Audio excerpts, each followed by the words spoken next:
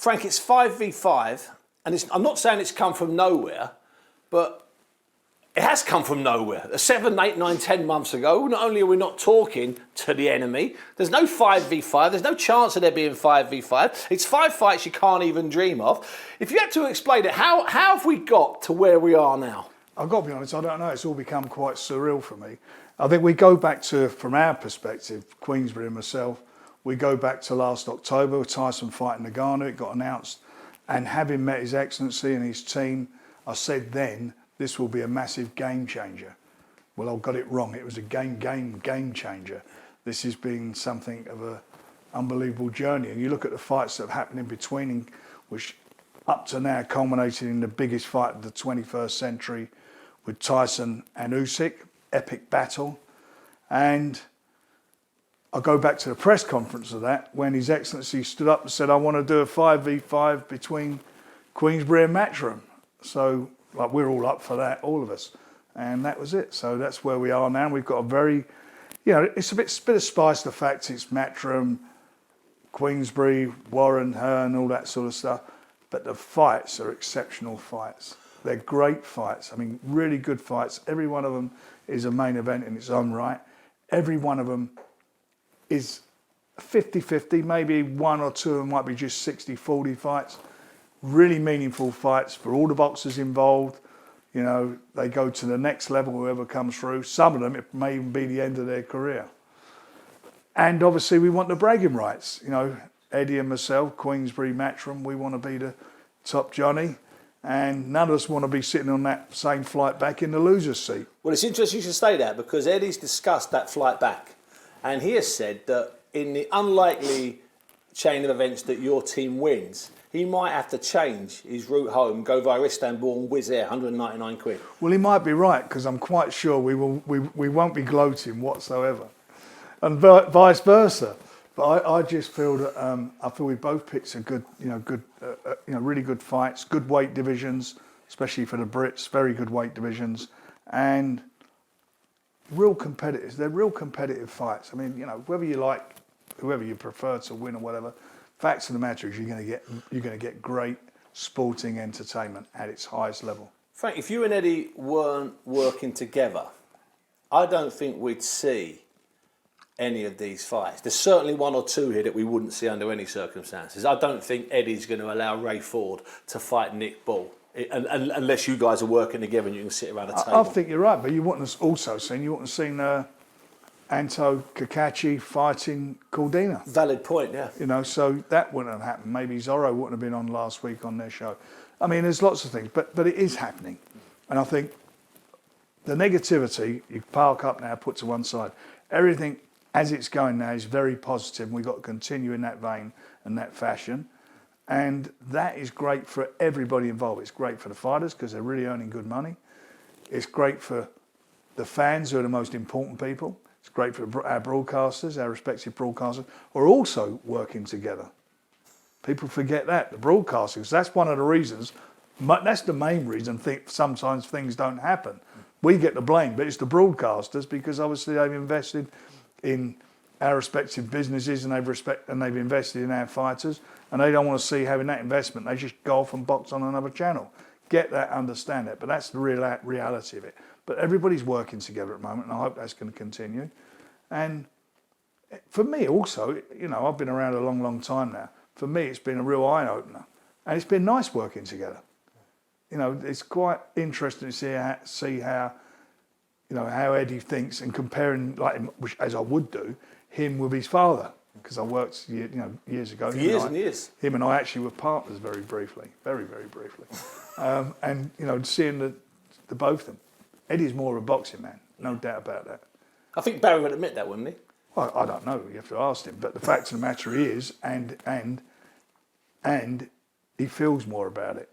There's no doubt about that, in my opinion. I don't know him that well, but that's the feeling I get from him. It was about nearly 15 years that Eddie was promoting, doing his shows, and you were promoting over here doing your shows, where you never had any crossover. You didn't even seem to bump into each other at venues or functions. That's weird. I mean, you started working to break down at the Mickey Duff and his cartel. It didn't take 15 years before you crossed into each other, bounced into each other. Why did it take so long? That I don't know. Probably because in those days when I started out and it was the cartel. I mean, they had a grip. I mean, they had an iron grip on the sport. Nobody Couldn't do else. anything. You couldn't do anything whatsoever. There was only one broadcaster, which was BBC. ITV were around, but they just showed fights from overseas on a 48-hour delay basis mostly. I got involved, managed to get a TV deal. Couldn't get venues because they had control of the venues.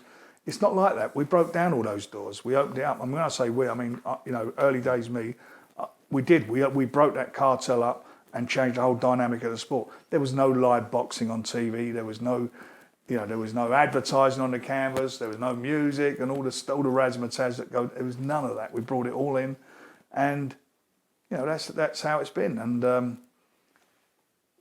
our paths haven't crossed. We've had their fighters on our show and vice versa, but they've mostly been purse offers, purse bids.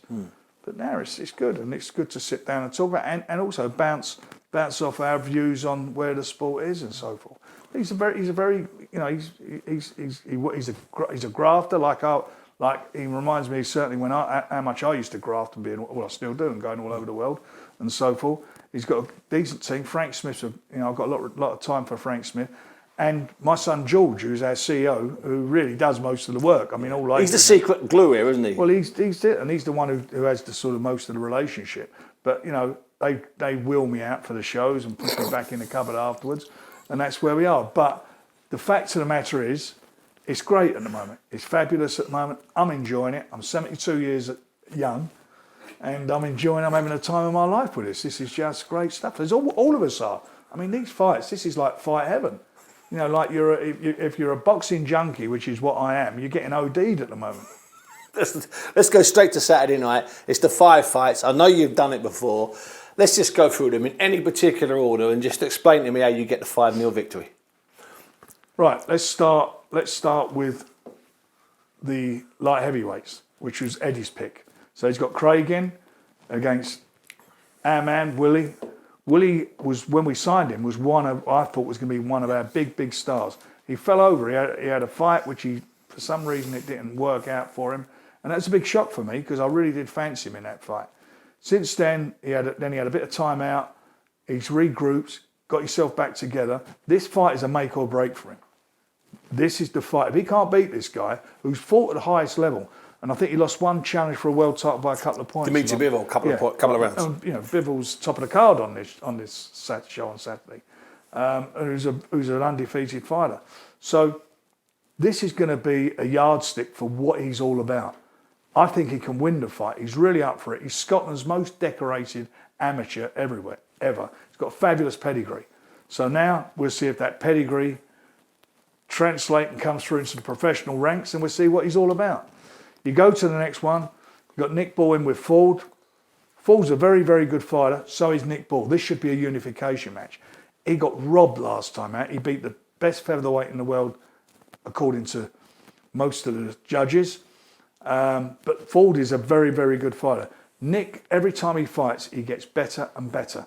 He's relentless. He's got an engine in him like I can't believe it. He's had 50 Duracell stuck up his backside. He just not stop. He keeps working and working all the way through. He's just brilliant.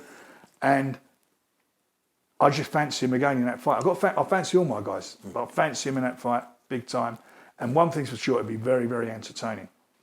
Go to our team captain, Hamza Shiraz. Each time we've stepped him up, he's done the business. And he's done the business in style, stopping people. He's a tremendous puncher. His style, and I'm not going to go over the top about this, but he's like a British version of Tommy Hearns. Now, the guy he's in the ring with, he feels he's Marvin Hagler. So we're going to get something a bit special. I think when that bell goes, they're going to get down on it. It's going to be a shootout, and I fancy our man to win that. And if he wins, he's the captain. We get double points. If he stops him, we get a couple of extra points.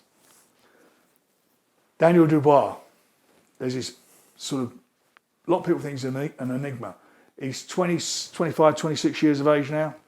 He's been in some tough fights. He's fought for the world title. He gave up until Tyson fought him. Usyk's toughest fight at heavyweight, no doubt about that. Hurt him as well.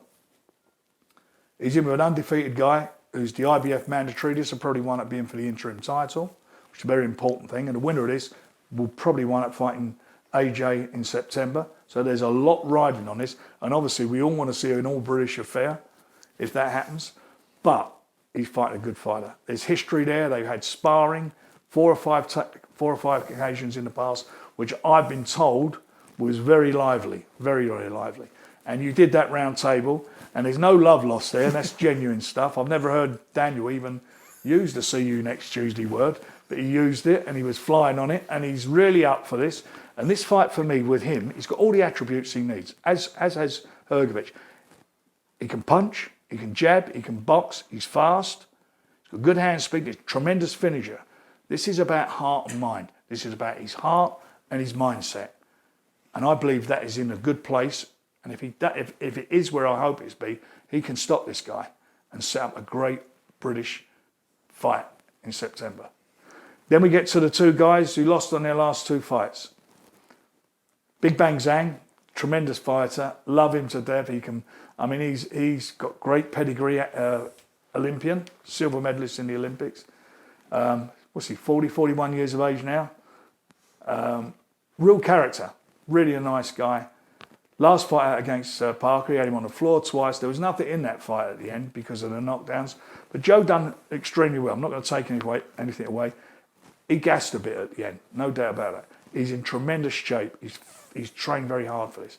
He's in with a guy who in his last fight looked dreadful, looked a shell of himself. If he comes out and fights like that, it's all over. So he's got to come out and redeem himself. He's got to come out and show that he still deserves a place at that big table. And we will see what he can do. He's also an Olympian medalist, bronze medalist. Bomb squad. He can punch. He's the hardest punching heavyweight of his generation, without a doubt. So you know it's going to be exciting because Zhang bangs as well. Big Bang Zhang. That's what you're going to get. So at the end of the day, that fight, everything rides on it. It's Matchroom's captain, so they're really putting a lot of faith in him. Can he do it? I hope not. If he does do it, we might be in a little bit of trouble, but I hope that's not going to be the case. But the loser, he's down. He's going to struggle at his age to come back. They are fighting for their careers. That's where we're at. And in the meantime, Queensberry, Matchroom, this is all about our pride and our egos. We feel we are the best, they feel they're the best, and we will find out on Saturday night. And we're gentlemen about this. We will give them a rematch. Final question. This is an absolute final question. The dust settles. You both make your way home. You've won, or Eddie's won. You're still meeting for fish in the Mayfair Fish Restaurant on Tuesday? Yeah, well, the loser's got to, as one of the bets that we've had is that the loser's got to go, the winner picks the restaurant. And they called this bet on restaurant. I said, no problem. We'll do it. We pick it, wines, whatever we want. Bring the teams along. And I said to him, and if we win, I'll pick the country.